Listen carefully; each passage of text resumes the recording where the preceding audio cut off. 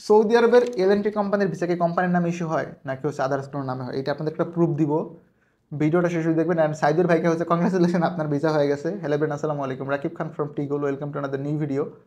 দেশ এবং দেশের বাইরে যারা আমাকে দেখতেছেন, আশা করি সকলে অনেক অনেক বেশি ভালো আছেন। এটা আজকে ইস্যুকৃত ভিসা, দ্যাট মিনস হচ্ছে 19/1/2025, রাইট।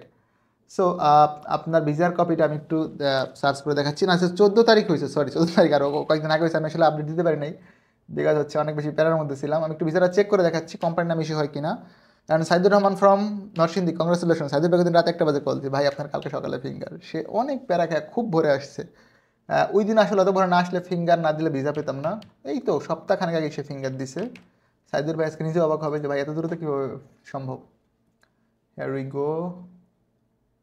আমরা আপনাদের একটু ভিসাটা চেক করে দেখাচ্ছি, ভিসা কার নামে ইস্যু হয়েছে।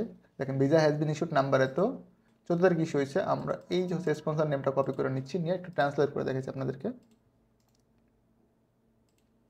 C Saudi LNT hydrocarbon, that means হচ্ছে ডিরেক্টলি কোম্পানির নামে ইস্যু হয়েছে।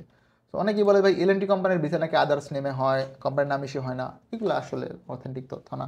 যারা আমাকে সাবস্ক্রাইব করছেন, আপনাদের প্রতি অনেক বেশি কৃতজ্ঞতা এবং ভালোবাসা। যারা করেন না, please do subscribe our channel. আমরা কিন্তু একজন সম্মানিত ভবিষ্যৎ প্রবাসীকে সম্পূর্ণ বিনা খরচে দেশের বাইরে পাঠাবো, মানে আপনার বিদেশিতে 1 টাকাও লাগবে না। একজন কমেন্টস করতে দেখলাম যে ভাই যে পাবে সে যদি আনস্কিল্ড হয়, ভাই আনস্কিল্ড হলে তাকে স্কিল করাবো, ঠিক আছে, অথবা হচ্ছে তাকে ক্লিনার ভিসায় পাঠাবো অথবা কনস্ট্রাকশন হেল্পার, বাট ওনাকে আমরা পাঠাবো একদম রিটায়ারমেন্ট ভালো একটা কোম্পানি থেকে পাঠাবো, যেন সারা জীবন উনি আমার জন্য দোয়া করে, আর কিছুই চাওয়ার না। এবং এটা আমার একার জন্য না, আমি বলবো যে আপনাদের জন্য দোয়া করতে হবে। কেন করবো সেটাও আমি ব্যাখ্যা দিচ্ছি। বিকজ এইটাতে আপনাদের সকলের অবদান। আপনারা যদি আমাকে সাবস্ক্রাইব না করেন, আমি সারাদিন ভিডিও বানায় বক বক করে লাভ নাই। মানে হচ্ছে একদম যদি ওভারঅল বলি, আপনারা ভিডিও না দেখলে, লাইক কমেন্ট শেয়ার না করলে আমার এই ভিডিওর কোনো ভ্যালু নাই।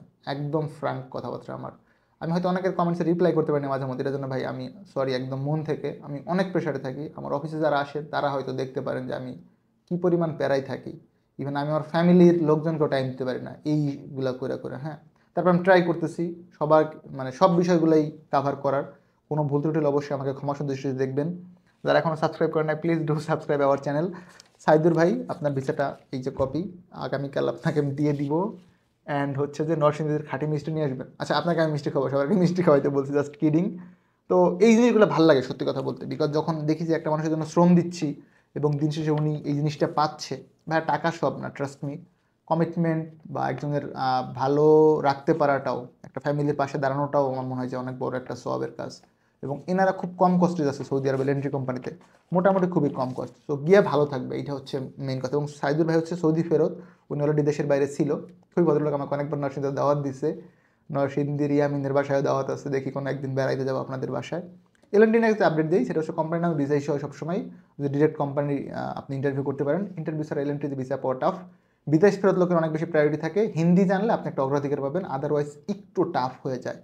তাদেরকে ইগেন কংগ্রেচুলেশন। আমাদের হাতে এই মুহূর্তে indoor cleaner, city cleaner, construction helper আর হচ্ছে ডেলিগেট করতে ইন্টারভিউ, এর মাধ্যমে কাজ করতেছে সৌদি আরবের। আদার্স কোনো কান্ট্রির কাজ রাইট নাও নাই। দুবাইয়ের টুকটাক করতেছি, মালয়েশিয়ার কোনো ভিসা আমার কাছে নাই।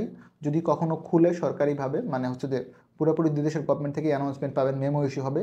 ইন দ্যাট কেস আরও 10 জন যদি পারে তাহলে আমরাও পারবো, বিকজ চাঁদ আকাশ উঠলে কেউ লুকাইতে পারবে না, সবাই দেখতে পারবে। রাইট নাও কোনো ভিসা মালয়েশিয়ার নাই, এটা নিয়ে কেউ মানে হচ্ছে যে না আসার জন্য অনুরোধ করলাম।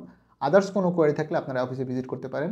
আলফাইহান overseas services, RL1846, location 879, block G, Chairmanbari, Banani, Dhaka. ভালো থাকবেন সকলে, দেখা হবে নতুন একটি ভিডিওতে। সে অবধি আল্লাহ হাফিজ, সালামু আলাইকুম।